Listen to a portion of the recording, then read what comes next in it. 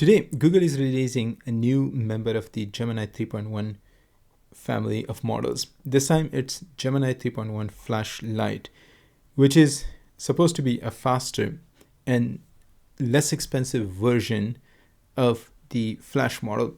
Now, we don't have any official news on the release of Gemini 3.1 Flash, but it's interesting to see that Google is reducing the time between different model releases. This is almost a third model in 3 weeks, which is crazy for Google. Now, this model is what we would call a workhorse model. It's not a frontier model, so don't expect frontier level performance.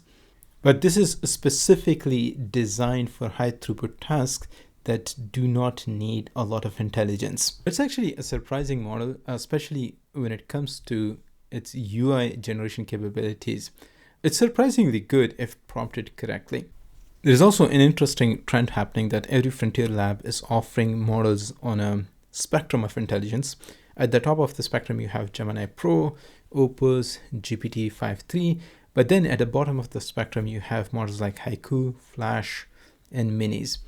And these models are needed because you want to use them in application where you need high throughput. Think about document summarization, extraction of structured information from long documents. This is where you don't need raw intelligence, but you need a model that can process a lot of data at reasonable cost. And these are the type of tasks that are happening a lot in industry, where cost matters, speed matters. Now, apart from the closed source models, we are also seeing workhorse models in open weight category. So for example, Qwen recently released a number of models under Qwen 3.5 small family, which are specifically designed to be a workhorse model. So the model is available in AI Studio. Now, interestingly enough, it supports 4 different thinking levels, minimal all the way up to high. And the behavior actually changes a lot depending on the thinking level that you use. I'm going to show you a couple of examples. Now, let me show you a real-time example of this in practice. So here's a very detailed prompt that I usually use to test the design capabilities of different models. Right now, we have the Flash-Lite model on minimal settings.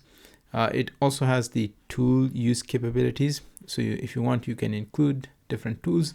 Now, if we run this on minimal thinking budget, it basically works as a non-reasoning model. And it's extremely fast. This whole thing took about 7.5 seconds, and it generated about 3,000 tokens. Now, for the same prompt, we're going to use high reasoning or thinking mode.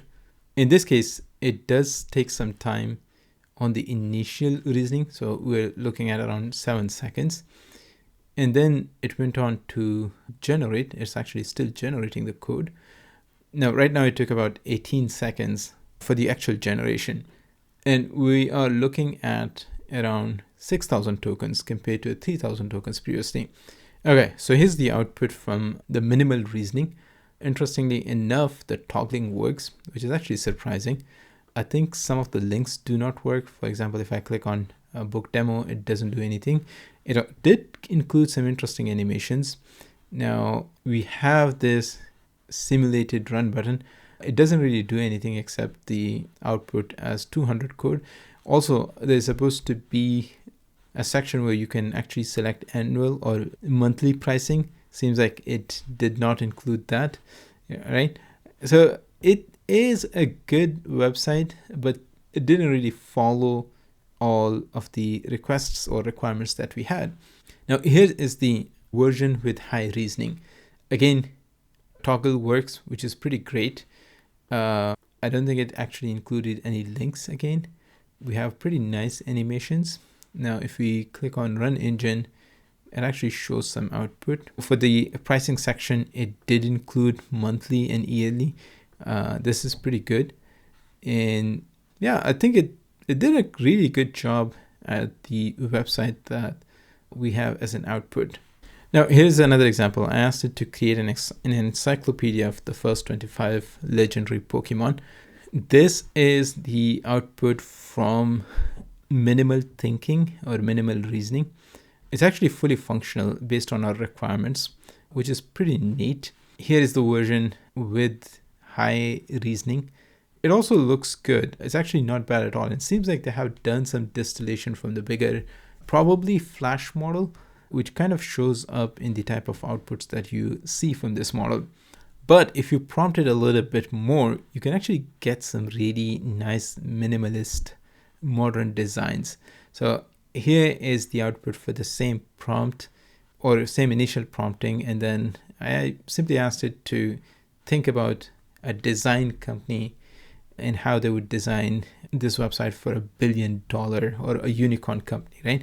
And actually, it is pretty clean, especially considering that it's a Flash-Lite model. Now, it also has the ability to use some tools, and I wanted to show you a potential application. So let's say if you have a number of different websites and you want to extract data from it, a model like this could be very helpful. So here is the release blog post from Gemini 3 model that was released back in November 2025. And let's say if I have a number of these websites, I can just provide them as a link and ask the model to extract the most important information from those. Can you extract the main points from this blog post? And we're going to just provide the link and we're going to let it run. Again, I'm running this on high reasoning because I want it to think critically. It took only 6.5 seconds, but here we have a pretty nice summary of what exactly was in the blog post. So now for something like this, you would potentially want to use the Flash-Lite model. I don't think this model is designed for high reasoning tasks, but there is something that actually surprised me. So this is a test that I normally used to run whenever there were a new model release. This is the classic hexagon spinning with a ball, right? And then we wanted to simulate the realistic movements. In my variation, I just use 20 different balls that are supposed to be labeled. Now, when I ran this, here is the output from the version with minimal reasoning. Now, the thing is, like, actually, the behavior is correct, right? All of the balls are dropping from the middle, but you would expect them to be scattered around. In this case, it's putting them tightly together, but still the overall movement is what you would expect. Now, here's the same high reasoning capability, and it does a really, really good job, which is surprising. Even the frontier models, a couple of iterations before this, were not able to keep all of the balls within the heptagon. Right? It seems like they have been able to squeeze in a lot of intelligence into this model somehow. Now, that being said, I would use it for high throughput workloads, which are very well defined. I would not rely on its coding capabilities for a coding agent. Now, at the time of the recording of this video, I did not have access to the updated pricing information, but I suspect it's going to be very similar to the previous iteration. Also, it's completely multimodal. It can process images, and I believe PDF input is also available, just like the Gemini 2.5 Flash-Lite. I'm going to put links to the release blog post. Anyways, I hope you found this video useful. Thanks for watching, and as always, see you in the next one.